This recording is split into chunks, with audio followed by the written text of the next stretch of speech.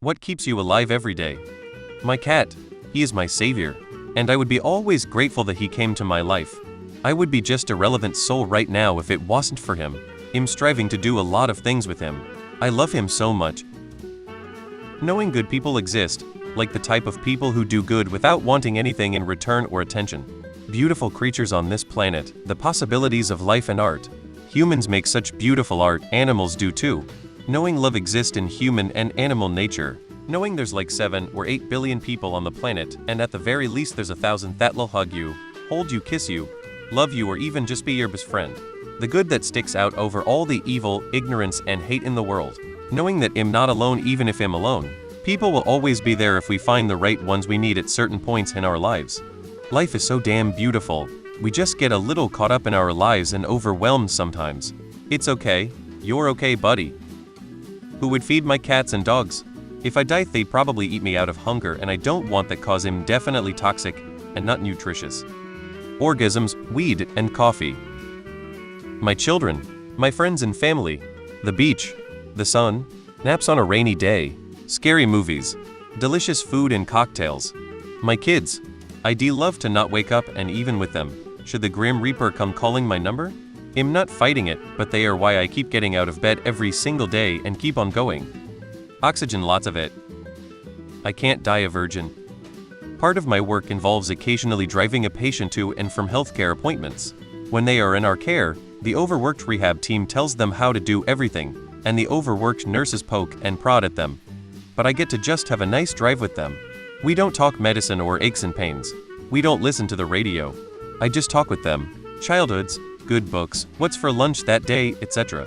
They mentally get out of their old war-broken bodies for a while, and we reminisce about times gone by when they were able-bodied and happy. Whether it's gardening or canning or just listening to a war story, I let them be the person they were 40 or 50 years ago. If they grew up or still live nearby, you'll often extend the drive enough to see their childhood home or a favorite park. It gives them a smile, and that smile gives me a reason to tolerate a jerk coworker named Ron. It's a win-win. My cat that needs to be fed 4 times a day and get daily belly scratches. False hope. My wife and cats, I have things to live for now. Gives me purpose. I just want to see Trump lose another election, then I'm good. My family. I always worry about them.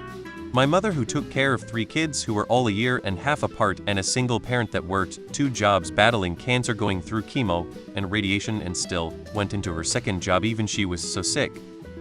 I always believe that tomorrow can be better than today. Even though we don't know what tomorrow holds, the hope that the future brings something brighter and better gives me the strength to face whatever challenges come my way. Antidepressants. Spite. Do-overs. Every day I get a do-over. A day with no mistakes. Woohoo! I didn't like it. I agree with all the problems you listed, but those weren't what killed it for me. That dumbass ending is what ruined it. The movie ends for the first time at like 1h15m, but then it keeps going and ends again, and then it keeps going and ends again, and it keeps going and ends a final time. Each ending gets more and more stupid until the final twist made me laugh out loud. I'm not usually one to complain about characters doing stupid stuff, but our main character had to suddenly become a moron to extend the movie to 90 minutes. Her wife tells her that because the gun she's holding that looks in perfect condition hasn't been fired in years, that somehow the bullet will shoot out the back and kill her. And she believes this? The movie ruined its neat premise with a mind-bogglingly stupid 3rd act.